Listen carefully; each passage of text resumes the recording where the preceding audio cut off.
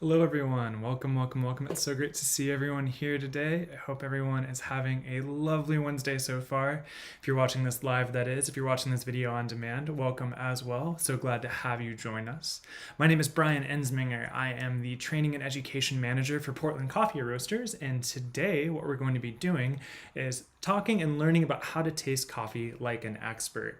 And when I say that, I mean specifically doing a format that's very similar to the way that experts taste coffee, especially when they're making decisions like purchasing or if they're checking the quality of the coffee. In the coffee industry, this kind of tasting is often referred to as a cupping. And so in cupping, what we do is we take ground coffee and we put them into cups like these, and we add hot water to them, and then we just drink the coffee out of those cups. It sounds a little crazy. We'll walk through the process, but it's a great tool for us to be able to taste multiple coffees side by side and evaluate them together. Good morning, Brendan. Thank you so much for joining us. Glad to have you on the stream watching with us live.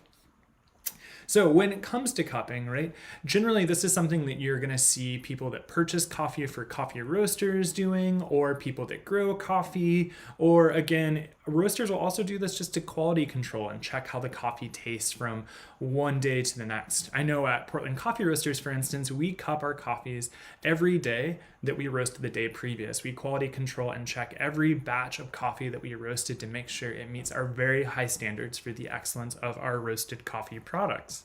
Now, at home, you might be thinking, well, I'm not buying coffee necessarily. I mean, I'm buying the coffee I drink, but I'm not buying like shipping containers of coffee to roast. Why would I want to try cupping?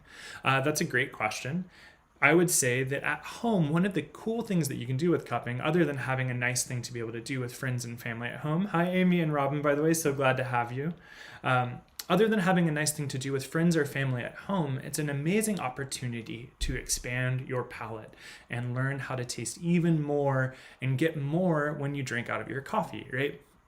One thing I will say though is that often when I've done tastings with other people, especially people that may be new to tasting coffee, it's really common for people to feel a little nervous about expressing their thoughts and opinions about a coffee, right?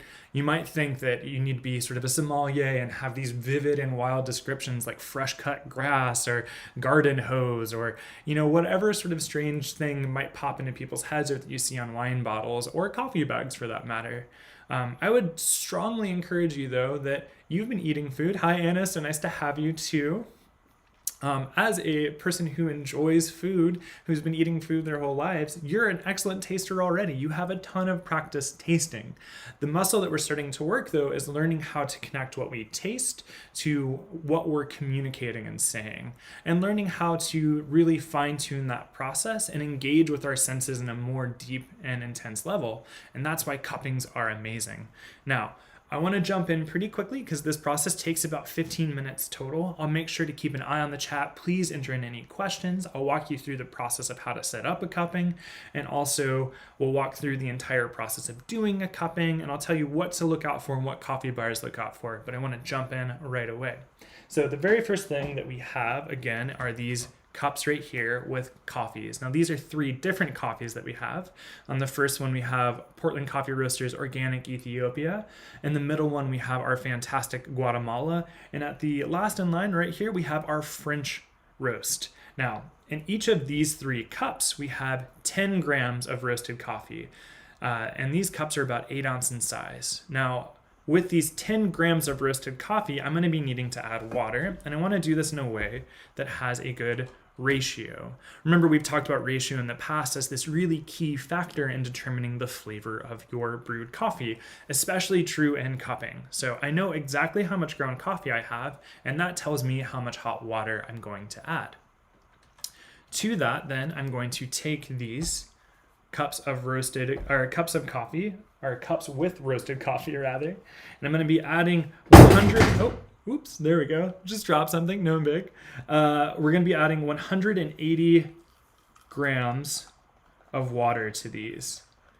Now that's a different ratio than what we normally brew with, but that's partly because we're tasting this in a very different method than we normally would for brewing.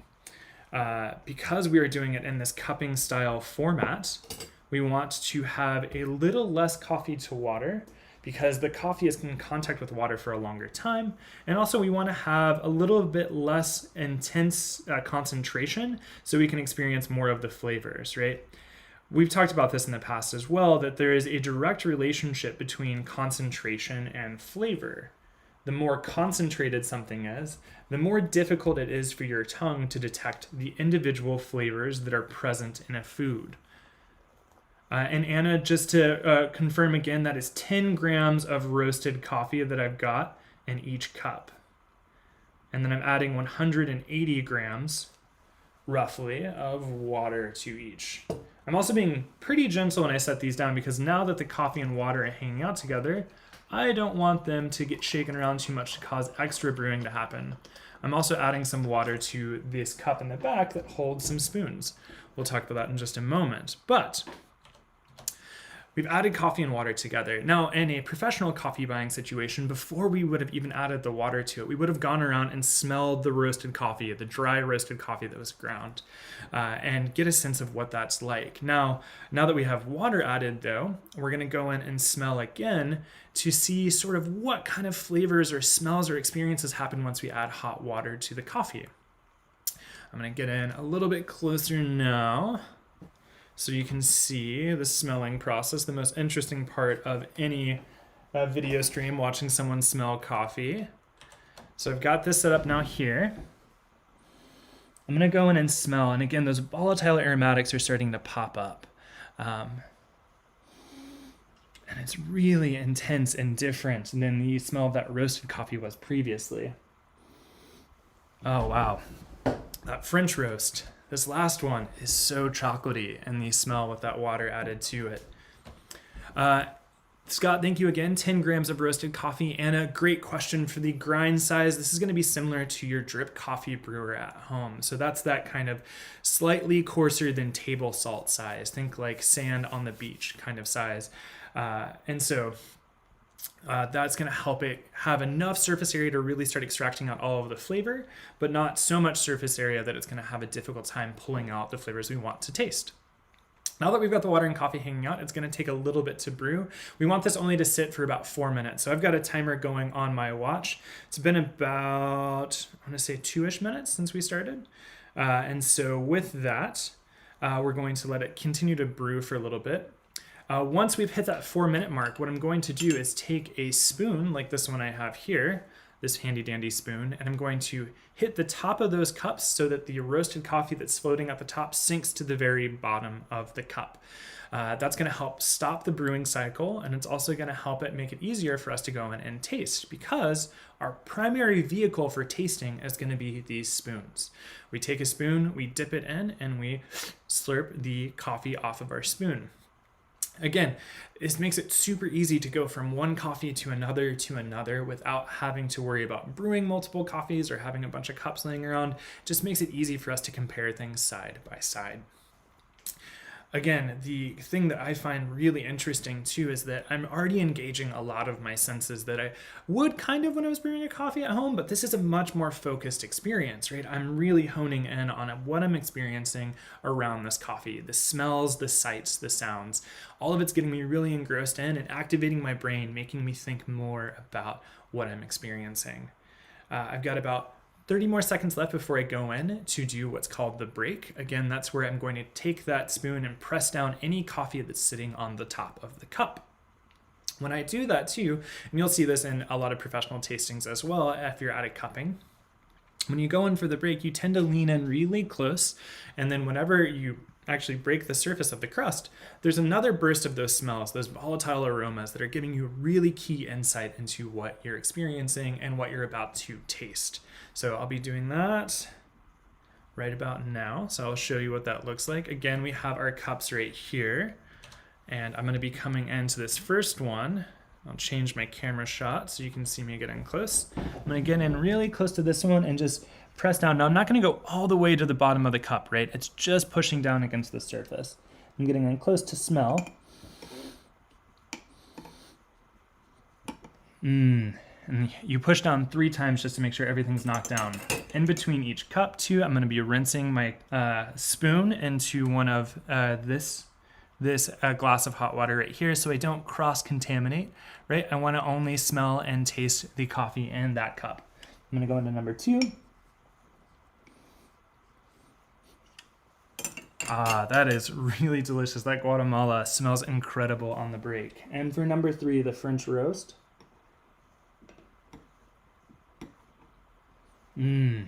All right. So now you can see all of these cups have been broken. There's no more crust sitting on top, but you're gonna see some of these little gassy bits. Now those gassy bits are just a byproduct of the coffee being roasted. Anytime we roast coffee, right, we've talked about those long chain sugars that exist inside of the seed. And when we roast them, they start to break down. And when they break down, those long chain sugars or carbohydrates start turning into carbon dioxide, along with any of the other gases that are in there. So when we cup, some of those gases surface. It also makes sense that our French roast, which is one of the ones that is roasted the longest, has the most gas trapped in it, whereas our light roast and our more medium roast are going to have a little bit less gas overall. There's less roasting that happens and less breaking down of those sugars into carbon dioxide. The thing is, though, we don't want to drink that gas. It's actually not very pleasant. It can kind of taste bitter. Carbon dioxide, it's sort of, if you have sparkling water, there's a slight pleasant bitterness to sparkling water, the carbon dioxide that's in there. The same is true in coffee. So we really just want to taste that wonderful coffee liquid. And in order to do that, we're going to remove the gas that's sitting on top. And we do this by skimming the surface, almost like you're skimming some soup or skimming milk, right? If you ever made pudding or heated up milk, you can skim the surface off. This is a little bit less gross than that because it's just coffee water. So I'll show you how to do that. First thing what we're going to do is use 2 spoons. So I have these 2 spoons right here. They're the same spoons too, which makes this a little bit easier. What I'll be doing is taking these 2 spoons, putting them together at the back of the cup, and then just sort of spinning around the edges of the cup to pick up just the surface, just that little bit of gas. And then I'm gonna take that and put it into a little throwaway container. So I'll show you what that looks like now.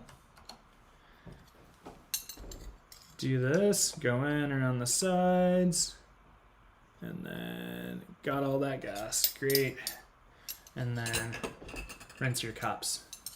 And then you're gonna rinse and repeat. So number 2, we've got some of this gas around the edges. And then all of it's in there. Oh, a little spill, but that's okay. Cupping's meant to be a fun practice, and it is a little messy. We like a little mess when we cup. And then I'll go into here and get this last one that's got a lot more gas because it's that French roast. So again, already, let's talk about some of the things I've experienced. I've smelled this coffee when it's been brewing. The first coffee was very, very floral. The second coffee had a nice kind of caramelly, nutty earthiness. And that last coffee, that French roast, is just like drinking a lovely and fantastic bar of chocolate, or smells like a bar of chocolate and a little bit like a campfire in a good way. All right, we've cleared out all of the gas now on our cups. We're about to start tasting, but you don't want to taste right away. These cups are pretty dang hot. And when coffee is really, really hot, we have a hard time detecting it with our tongues. So before or while these coffees cool down, I'm going to talk you through sort of my process that I'll go through and think about as I'm tasting each cup. And this might help too, even if you're not cupping. So when I'm tasting a coffee, I'm going to be looking for 3 things. I'll be looking for the body of that coffee. How does this feel on my palate? The acidity of that coffee, which acidity in this case, it doesn't mean battery acid, right? It's not the thing that's going to necessarily curdle milk or upset your stomach. This is more like the perception of vibrancy in the coffee. How sort of zingy and intense and vibrant is it? Or is it kind of low key and mellow? Or is it maybe even bland? All of these things are things I think of when I think of acidity. So we've got body, acidity, and then the last thing I'm going to look for are distinct flavors. So is there any kind of specific flavor this reminds me of? Now, when you're starting out, one of the things I always recommend for folks is that when you're tasting coffees, don't feel a ton of pressure to have like these crazy flavor calls. In fact, I would encourage you to feel free to say anything that comes to mind when you're tasting, right? There's no wrong answers really. It's just try to let yourself have that experience of saying yes to your thinking, because if you try to really work hard and say, no, that's not, kind of keep yourself from being able to access more and different flavors. So for instance, if I'm ever in a cupping with folks, one of my things I always recommend is if this reminds you of grandma's house, say grandma's house. If this reminds you of that time on the beach, say that time on the beach. If this reminds you of the color purple or the shape of a triangle, say it. Because generally speaking, if you're around other people that have done a lot of coffee tasting, or even if you're at home, you can kind of break those things apart and try to think more critically about what that might mean for you. So we're talking about the kinds of flavors that we're going to be looking for, or the way that we're looking for them, right? Body, acidity, and flavor, right? So I'm going to write those down here. The other thing with the cupping is we generally go through and taste a few times. So right here, I'm going to write in body. This one's going to be acidity. And then last up is going to be Flavor Town. Call out to Guy Fieri, one of my food heroes, I think. He's actually a really fantastic guy. He just donated a lot of money to help restaurant workers. So Guy Fieri, fantastic. Anyway, we've got body, acidity, and flavor. When I'm going through on a cupping, I'm not just going to go through once and taste all these coffees. I'll probably go through multiple times. However, when the coffee's really hot, again, it's harder for us to detect flavor. And so what I'll look for first is the body. On the first pass, I'll go through and taste these coffees and think, how does this coffee taste or feel in terms of how it feels on my palate? What's the body like? It's been enough time now, so I'm going to go in and do that first pass and show you what this looks like. The first thing that we're going to do is take our spoon out of that cup of water that we had that's keeping it nice and clean between cups and between slurps. The next thing I'm going to do is take my spoon and dip it into just the surface of that cup so that I have some coffee in the bowl of my spoon. And then I'm going to take it up here, and the goal in a cupping is to slurp. I promise I'm not going to slurp too loudly, but it is definitely encouraged. A slurp helps cool off the coffee on your palate and will also help aerate it so you can get more of the aromas, more of the flavor out of that coffee. So I'm going to slurp now. And I'll keep it on my palate. I'll get a sense of how it feels and what the texture is like. This Ethiopia has this really nice sort of silky almost texture. It's very light, almost tea-like, and I really like that. So I'm going to write this in here. We'll say tea-like. And I'll show you that on the other screen. So we've got tea-like for the Ethiopia. Ethiopia is down here. All right. So we have tea-like for the body of the Ethiopia. Next up, we're going to go to the Guatemala and think about the body. How does this feel on my palate? Get some in the spoon, bring it on over, and then give it a good slurp. That was not what I was expecting. It's got this almost, I wouldn't say chewy, almost kind of a creamy body. It's really nice with milk. Yeah, and I'm so excited for you to do a cupping with your family too. It's definitely a very different way for us to taste coffees together. This is fun with young ones too. I've done many a cupping with folks that ages range from 2 to 80, and I've always had fun doing it with folks. And if you want to too, if you have any questions about how to do this at home, we have an excellent post on our blog as well. We'll have a link in the description after the video. Also, if you're watching too, go ahead and throw that link up in the chat. Scott is my colleague. He's our coffee educator, and we work together on our coffee education. And he has written a lovely blog on how to do all of these things at home, and it makes for such a fun experience for you and the family. All right, so we're gonna go in now. Ooh, Anna, you've got 3 types of beans at home. This is perfect. Okay, so we have body now for the first one, the Ethiopia. It's tea-like. The second one is the creamy, nice body that we've got right here. And then the third one is that French. Now, I have a feeling that this is going to have the heaviest body because it is the most intensely roasted. So I'll get this, get a little bit in my spoon, come up for a slurp. Oh, yeah. That is a nice, rich, heavy body. I would call that a rich or heavy body. That's really nice too. I'm gonna say rich, and heavy. If I can fit an H in there. There we go. Rich and heavy body. Okay, so we have our body, our first pass. First one was tea-like, second one was creamy, and the third one was rich and heavy body. Again, we've got our Ethiopia here. This is our Guatemala. And then the last is the French. Now, as I've tasted these, I've already been experiencing some of the flavor, right? I've been experiencing the acidity and the flavor as well. However, now I'm going to go and really focus in on the acidity. Think about how this feels, how vibrant it is. Is it citrusy? Is it winey? Is it sharp? Is it bland? Is it round? All of these things describe acidity. Again, another thing that might work if you're kind of wanting to see, oh, Scott, perfect, thank you. You've got it in the chat, super helpful for the blog on how to do this at home. The acidity, if you're having a hard time coming up with specific language around what the acidity is like in this coffee, I would recommend going to colors too. That's another great way to think about it, right? A coffee with a lot of acidity to me thinks like it's yellow or orange, and maybe if it's a little less or it's a little bit more sort of like that fruity cherry acidity, I'll think of the color red.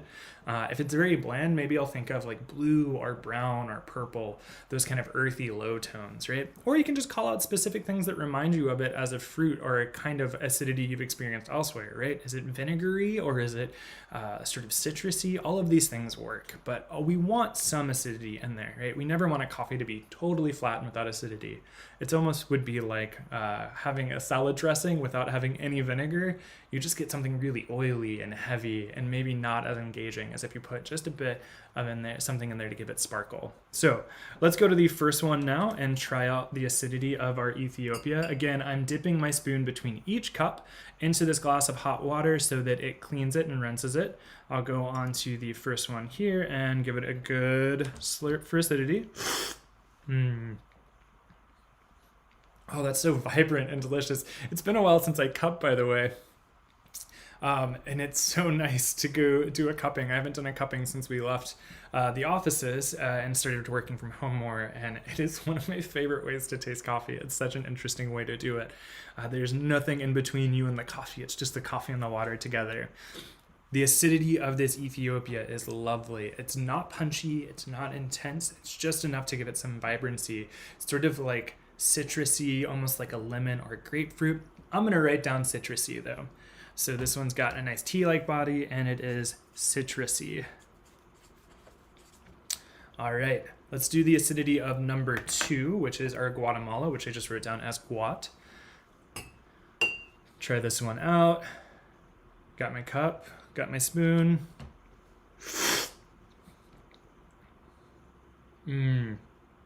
That's really nice. That's got a nice acidity to it. It's less acidity, less sort of that intense vibrancy of the Ethiopia, but still a pleasant one. Almost reminds me kind of that kind of nice crisp red apple kind of acidity where it's there, it balances the sweetness, and it is nice. But we're going to say that it's got a kind of nice, the word in the nerdy coffee language for the kind of acidity you see in apples and pears is called malic, but we're just going to say apple-like. So this one's got an apple-like acidity. This is the Steve Jobs of acidity. It's going to have a new software update and it'll completely break itself all over again. I'm just kidding. I love Apple products. I'm actually on a MacBook and an iPhone right now. But anyway, let's jump in on the third one, the French roast, and see what the acidity is like there. Got some in my spoon. Check, check, check. Coming back over. Super mellow. Has some acidity there, right? But it's pretty mellow compared to the other two. This one's really focused on that body and rich quality. So I think for this one, the best way to say it is it's mellow. Still has some, still can feel it, but not going to be quite as intense as the Ethiopia or the Guatemala. So we'll say mellow. I'll call it the mellow yellow. All right. Last up, we're going to be talking about flavor. So this is, again, where we're going to have some specific calls for flavor. Now, Scott's also mentioned, or Anna, thank you for mentioning this too. There's a tasting form to download that we've made on that blog too. If you go jump onto the blog, you can download a tasting form that helps walk you through all of these. And on them, we have specific calls that make it a little bit easier, right? You can write in your own on the form so that you can have any experience you want. But if you just want something to kind of spark your imagination or help attach the experience onto something, you can use that form. Last up, let's do some flavor, and then we will wrap up. Again, if you all have any questions now, feel free to put them in the stream. We're always happy to answer. So last up, we're going to do body calls on the Ethiopia. So let's do that, or rather flavor. And man, that's such a good coffee. I love Ethiopias. They're probably my favorite coffees, and that's a really good version of an Ethiopia. It's floral, it's sweet, it's almost like jasmine, but it also has this really nice, almost like black tea-like quality. Sometimes when I taste this coffee, it reminds me of like an Arnold Palmer, which is tea, iced tea mixed with lemonade. Definitely getting those vibes today. So I'm gonna write down AP for Arnold Palmer, or Arnie Palms, Arnie Palms. There we go. We've got that iced tea and lemonade mix. Next up, let's try the Guatemala out. I'm really excited to try this one and think about flavor.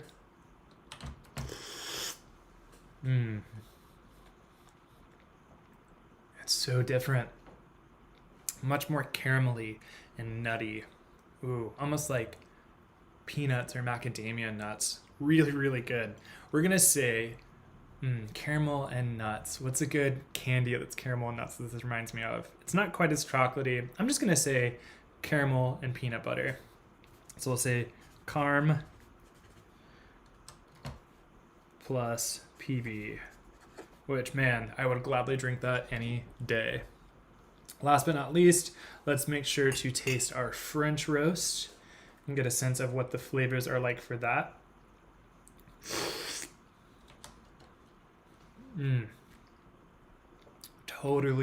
Totally different. The French roast is very smoky and earthy. Taylor Jean, thank you so much for asking. Can you use any spoon at home for this? You might see I have a kind of silly special spoon. This is something that I got from a really wonderful coffee professional, and it's a lovely spoon, but really you can use pretty much any spoon to do this, especially if it has a deep bowl. I see Scott's already jumping on that too. But yeah, as long as you have something that has a deep enough bowl to get some liquid in there to slurp it off of, you're totally set. Okay, with that last taste of French roast, by the way, what I was experiencing, it's definitely smoky and earthy and very dark chocolate, almost like baker's chocolate. So I'm going to say dark chocolate for my last call. Now, I have gone through and gotten a ton of different experiences with these three coffees. And it's totally engaged my senses, and I have a much better understanding of what's possible with these three coffees. And you can do this at home, I promise. All you need are 3 cups, 3 different types of coffee. You can even do it with 2 if you just want to compare 2 side by side, and some hot water. Ideally, if you have a scale that helps with that ratio, again, 10 grams of ground coffee to 180 grams of water. If you want to find more tips on how to do this, check out our blog. Again, it's in the chat right now. We'll make sure it's posted in the description as well if you're watching this video on demand. And you can go and see the steps, use a cupping guide, try it out with your friends and family, and get engaged in your coffee in a way you may never have before. And man, I have to say, it is one of my favorite experiences. I've missed doing this a lot, and so I'm really happy that I got to share this with you all today. That said, that's it for our stream today. We're really looking forward to seeing you all again next week. Next week, we're going to start having a conversation about different ways to do coffee as a cold drink.